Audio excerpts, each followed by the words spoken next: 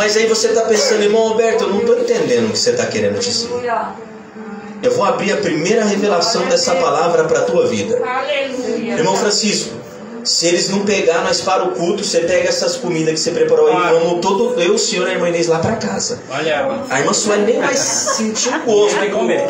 Nem vou ver. Amém? Sabe por que que Jesus ele inclina, escreve com o dedo na terra? Uma lição valiosíssima para a minha vida e para a tua vida. No momento em que eu e você estamos nos contrastes da vida, nas aflições da vida, a gente com mão forte quer sempre resolver a situação com palavras. Mas Jesus, em vez de falar, em vez de contra-atacar, ele se abaixa prostrando e escreve com o dedo na terra. Sabe o que dizer? O Senhor Jesus está ensinando para mim e para você. Tem momentos que é melhor a nossa boca estar fechada. Porque se a gente falar precipitadamente, tem alguém aí que eu creio que vai pegar. Se a gente falar precipitadamente, a gente fala bobagem, presbítero João. A gente fala o que não deve. A gente fala o que não é lugar de se falar. Verdade. E a Bíblia vai dizer que Jesus estava vindo na ontem, no dia anterior. Quem está comigo no texto, diga. Amém. Não é amém. Olha lá, o irmão pegou na onde? No Monte das Oliveiras. Tem que estar na palavra, irmão. Se eu estiver na palavra, a gente para aqui. Eu falei, eu vou pegar o negócio e vou lá para casa. Eu, o irmão Chico e a irmã Inês. Ele estava no Monte das Oliveiras. E Jesus, quando tinha o costume de estar no Monte das Oliveiras, era um lugar que ele havia identificado para se separar de tudo aquilo que estava na vida cotidiana dele, para ele entrar em contato com o Pai. E certamente eu sei, tenho certeza disso, que quando ele desce do monte, ele já desce com a direção para entrar no templo no dia seguinte e ensinar. E ele sabia que aqueles acusadores iriam trazer aquela mulher. Mas no momento em que ele inclina e escreve com um dedo na terra, ele está falando assim: não, eu sou o dono da sabedoria, eu sou o dono da palavra, eu sou o dono do poder, eu sou o dono de todas as coisas, mas primeiramente eu tenho que ser submisso e esperar o que o meu Pai vai falar de lá do céu para me contra-atacar. Oh glória, aleluia. Você pode adorar a Deus por 5 segundos apenas e entender que o que Deus está falando para nós é que a gente tem que manter a nossa boca fechada, é a nossa língua dentro da boca. Porque se você falar, aleluia, no momento errado, certamente você vai pagar um preço ao qual você não quer pagar. Aleluia. Tem gente aqui, eu sei que tem. Porque a palavra não vem vazia de encontro com ninguém. Ela vem de encontro com alguém. E se alguém está nessa condição, a dor está atribulando. Anassumi canta lá pra cá. O Espírito de Deus, ele toca em meu coração para dizer: tem gente que está com problemas, não sei se é jurídico, não sei se é no casamento, não sei se é no ministério, na igreja, em casa, na família. Tá louco para abrir a boca para falar, tá louco para descarregar o caminhão em cima, tá doido para falar um monte de bolhufas. Mas o Senhor está dizendo para você, para mim nessa noite: aquieta-te, espera no Senhor, guarda o teu coração, porque no momento certo, se você ficar em silêncio, você abre um algo que ninguém aqui quer perder nessa noite. Pergunte para mim, o que é que eu não posso perder, irmão Alberto? Pergunte. Que não podemos perder. É que no momento que a gente fica em silêncio, nós estamos dando lugar para que a voz de Deus nos direcione no caminho certo. Porque quando você toma a atitude e diz: não, eu vou fazer, eu vou falar, eu vou contratar um advogado, eu vou chegar na família, eu vou esbofetear, eu vou espancar aquele moleque, eu vou pôr de castigo aquela menina, rebelde, difícil, não tem como mais. Aquele marido não sai do boteco, só vai pro boteco, só vai para casa depois das 10, 11 horas da noite e ainda quer a janta pronta. Está dizendo para você, para mim e para você, você quer contra-atacar. Quando você utiliza desses meios, você está descartando a ação divina para a sua vida. Você está descartando a sua provisão divina. Oh, glória a Deus. Aleluia. E no momento em que eu ministro essa palavra, o Senhor, Ele faz-me sentir forte a presença dEle em nosso meio. Que no momento em que a gente dá lugar para o Espírito Santo de Deus, no culto, na oração, na entrega, na busca, dificilmente nós vamos deixar de ter resposta divina na nossa vida. Porque tudo aquilo que é direcionado no céu, a gente mantém em busca e em oração. Mas para que aquilo continue sobre as nossas vidas, a gente tem que continuar mantendo com oração, com consagração, com dedicação. Porque tem uma figura aqui que está louquinha, está doido, olha, está se coçando para que aqueles homens apedrejem aquela mulher. Está esperando a ação das apedrejadas, das pedradas, melhor dizendo. Está doido, está armando cilada aqui, está armando cilada ali, está armando contenda aqui, está armando o laço ali. E nessa noite, pela ação do poder que há no nome de Jesus Cristo, eu quero já liberar a primeira palavra profética nessa noite para a tua vida. Que no momento em que os acusadores já chegarem para tentar colocar sobre a tua vida um testemunho de mancha e de vergonha, Jesus, Ele está passando ali no templo, está ensinando a sua vida e a minha vida.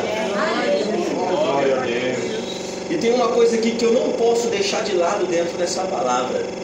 Sabe qual que é? Que de fato é irrefutável, é indispensável, que aquela mulher, ela foi pega no pecado, ela foi pega no adultério, ela foi pega transgredindo a lei. E como de costume a palavra diz que a lei era para a sentença de morte na certa. Sentença de morte na certa. Porque sabe que o pecado foi feio. Porque sabe que a escorregada, a vacilada foi grande. Deus está fazendo algo aqui transformador. Porque é onde que Deus trata com o pecado da humanidade, é porque Jesus, Ele quer curar, Ele quer salvar, e Ele quer libertar a nossa vida desse pecado. Na primeira carta de João, o próprio escritor desse mesmo texto, no capítulo de número 1, se eu não me engano, nos últimos versículos, vai falar que aquele que tem pecado e diz que não tem pecado é mentiroso, porque todos nós temos pecado. Mas também no capítulo de número 2, a palavra vai dizer: amados irmãos, ou amados filhinhos, se porventura pecarem, deixe de lado o seu pecado, porque nós temos um advogado fiel, que Ele entra na nossa causa para perdoar os nossos pecados. Glória a Deus. Porque o Senhor estava escrevendo 2 tempos na vida daquela mulher. Quando Ele se inclina a primeira vez para escrever com o dedo na terra, Ele estava buscando a atitude divina do céu para a vida dele, para que ele pudesse falar em meio àquele povo. E quando ele levanta, Olha o que a palavra, a primeira vez, vai dizer. E como insistissem, versículo 7, perguntando-lhes, endireitou-o e disse-lhe: aquele que dentre vós está sem pecado, seja o primeiro que atire a pedra sobre ela. Tá difícil de dar um glória agora, né? Mas calma aí. Aí no versículo de número 8, a palavra ela é magnífica. E tornando a inclinar-se, escrevia na terra.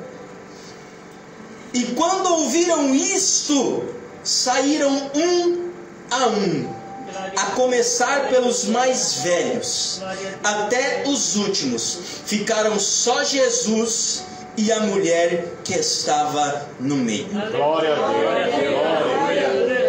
Glória a Deus. Olhe para o irmão que está do seu lado e diga Glória a assim: Deus. é importante você se colocar de pé. Importante você se colocar de Diga pé. mais uma vez para ele ou para ela. Diga assim: não, calma. É importante você tomar uma decisão na sua vida. Glória a Deus. Agora Glória a Deus. somente aqui, somente Oh, eu. louvado seja Deus. No momento em que Jesus, ele a primeira vez, ele abaixa e escreve com o dedo na terra. Sabe o que Jesus estava tentando mostrar para aquelas pessoas? Eu não vou ser atrevido em dizer porque o que Jesus escreveu na terra, porque ninguém sabe, nem o maior teólogo conseguiu entender o que Jesus escreveu na terra. Mas em Deuteronômio, no capítulo de número 10, versículo de número 9, porque aqui eles estavam falando sobre a lei de Moisés. A palavra vai falar que quando Moisés ele desce do monte, que ele tinha recebido as tábuas do concerto, escritas pelo dedo de Deus. O Senhor estava querendo mostrar para aqueles acusadores, para aquelas pessoas, que no momento em que ele veio, desceu do céu e veio para baixo do céu, ele estava escrevendo um novo decreto, um novo concerto, uma nova aliança sobre aquela terra. Aí o Senhor ele vai falar a Moisés para que pegasse as tábuas e levasse. Mas o que isso representa, irmão Humberto? Isso representa a divindade de Deus sendo conectada com a linguagem humana para que nós possamos entender o que Deus estava querendo fazer na vida daquela mulher. E no momento em que ele abaixa e inclina com os dedos e escreve, ele estava direcionando aquela mulher a refletir sobre os erros e sobre os pecados que ela estava cometendo, as atitudes que ela fez, e também fazer refletir os que estavam à volta dela, já prontinhos com a pedra na mão, o pedregulho na mão, para tentar atacar e matar, porque era literalmente, se fazia uma roda, colocava aquela mulher presa no meio dessa roda, e ali atiravam pedras até ela sucumbir o seu último fôlego de vida, porque o pecado traz para nós a morte. Porque da mesma maneira que o pecado te afasta da oração, te afasta da permissão de estar junto com Deus, a oração também tem poder para te afastar do pecado, para te afastar da ruína, para te afastar das coisas erradas que esse mundo tem. E essa é a missão do Evangelho.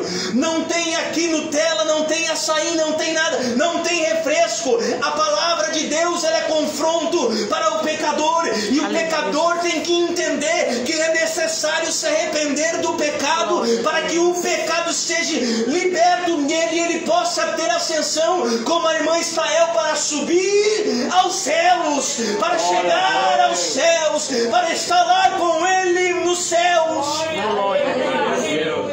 Glória a Deus. A Bíblia não diz o que aquela mulher falou. A única coisa que aquela mulher falou foi a seguinte palavra: nenhum. Acompanhe comigo no texto. Endireitando-se Jesus, e não vendo ninguém mais do que a mulher, disse: